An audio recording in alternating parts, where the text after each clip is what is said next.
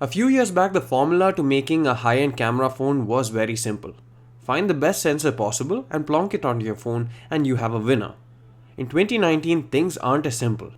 Every brand is trying something different to stand out and all claim that they have the best camera phone available. But what is the reality? Which is the best camera phone that money can buy? We decided to perform the test with two of the best camera phones available on the market right now, the Huawei P30 Pro and the Nokia 9 Pureview. This is Sandeep from Nevertheless, and let's find out which is the better one among the two. This video is brought to you by Zest Money. Visit zestmoney.in and avail instant loans to buy your favorite smartphone. It's an entirely digital process with high approval rates, seamless EMI payments, and even zero pre-closure charges. But the best part of all is the 0% interest on most merchants, and you don't even need a credit card or a credit score either. The only two things common between the Nokia 9 Pureview and the P30 Pro is the fact that they both have more cameras at the back than almost every other device on the market, and they have flagship offerings from their respective brands. Everything else in terms of approach is different. The Nokia 9 features a penta camera setup at the back with 5 12MP 1x2.9 inch sensors with f1.8 aperture, 1.25 micron pixel size, of which 3 are monochrome and 2 are RGB.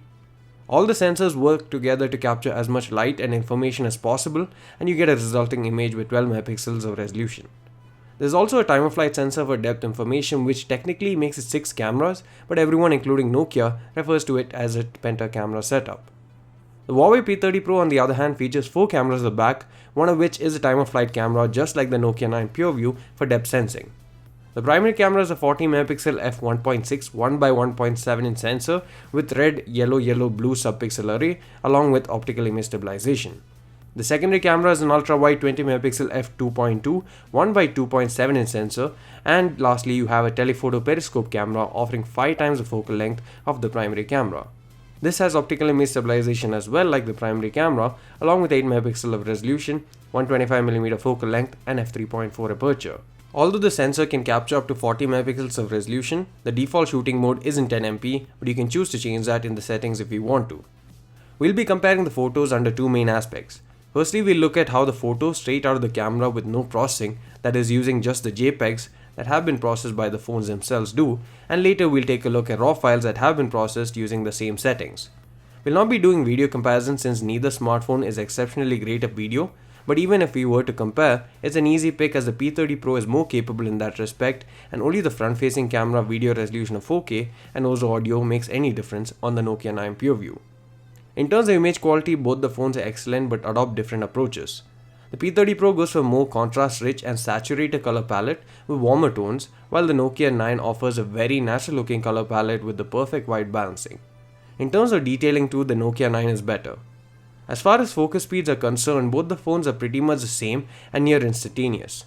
But in terms of capturing an image and processing, the P30 Pro is way faster than the Nokia 9, as the Nokia 9 we mentioned in our camera review is way too slow for a phone of today, especially if you turn on depth mapping. Of course, it's having to capture so much more information and depth sensing than an average camera phone while having a last-gen processor, but it still annoys you.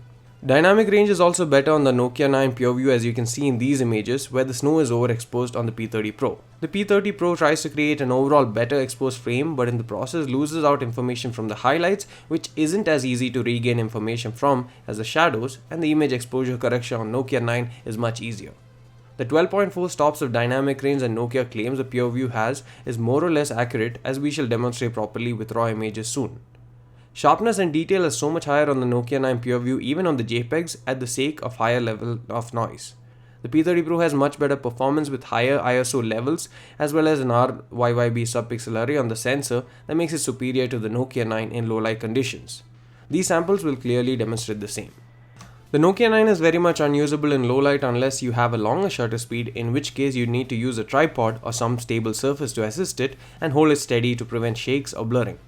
Even with the 5 cameras including 3 monochrome ones capturing data and light at the same time, the larger sensor on the P30 Pro with a more clever subpixel arrangement and larger aperture takes the cake here. Although the P30 Pro no longer has monochrome sensors like some of its predecessors, it still takes fairly good monochrome shots, but the Nokia 9 takes better ones thanks to not 1 but 3 monochrome cameras.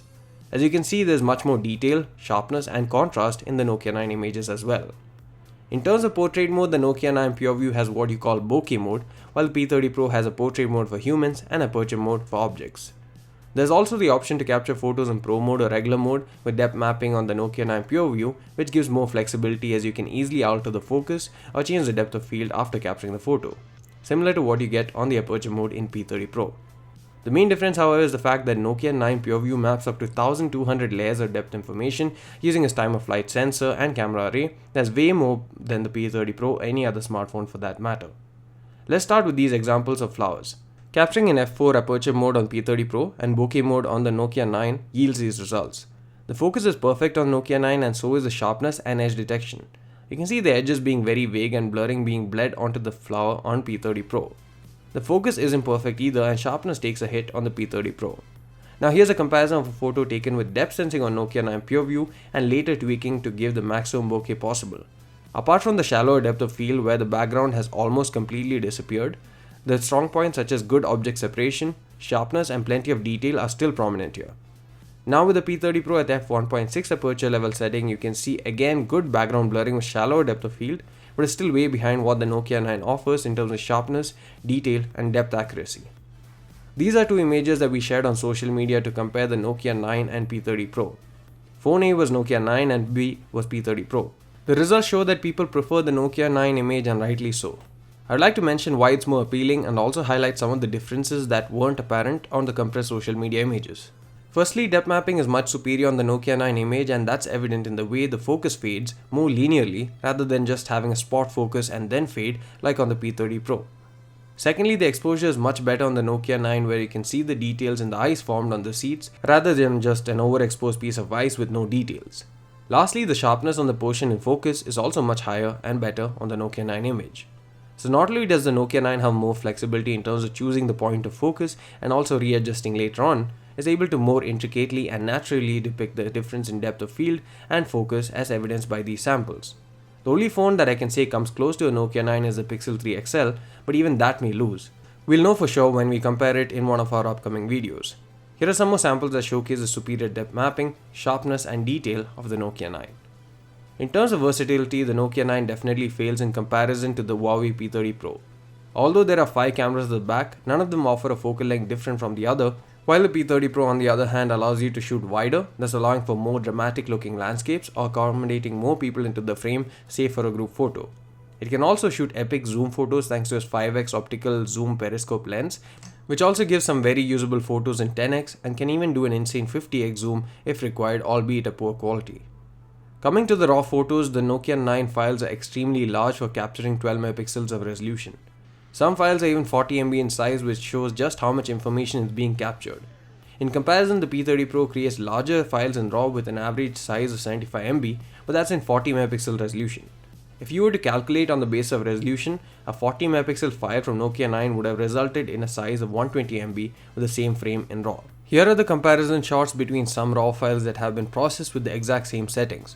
You'll notice that the Nokia 9 PureView shots have superior detailing. Although the resolution is smaller, it can also give much better colors that are natural as well as spot-on white balancing. White balance on the P30 Pro is especially horrible when shot through glass or you're out on a cloudy day, and it also has a green color cast which isn't easily removable. To conclude, the Nokia 9 is definitely a better camera when it comes to sheer image quality as well as portrait photos. But in order to achieve the best quality photos possible, you will have to resort to shooting in RAW and processing the images to utilize the camera to its full potential. As a result, for an average Joe, the P30 Pro is better thanks to its more versatile camera setup involving a wide angle, ultra wide angle and telephoto camera. It also does processing better and faster and creates good looking JPEGs. Also worth noting is the fact that the P30 Pro is still a splendid camera that even enthusiasts can take advantage of. So in terms of overall performance, I'd still have to give it to a P30 Pro, but the Nokia 9, as its name suggests, is a pure view of what the world has to offer. Please do hit the subscribe button if you like this video. Thanks for watching. See you again in the next one. Thanks for watching this video. Make sure you visit zestmoney.in and avail instant loans to purchase your dream products, be it a smartphone, electronics, furniture, and more across Flipkart, Amazon, and more than 100 other partners.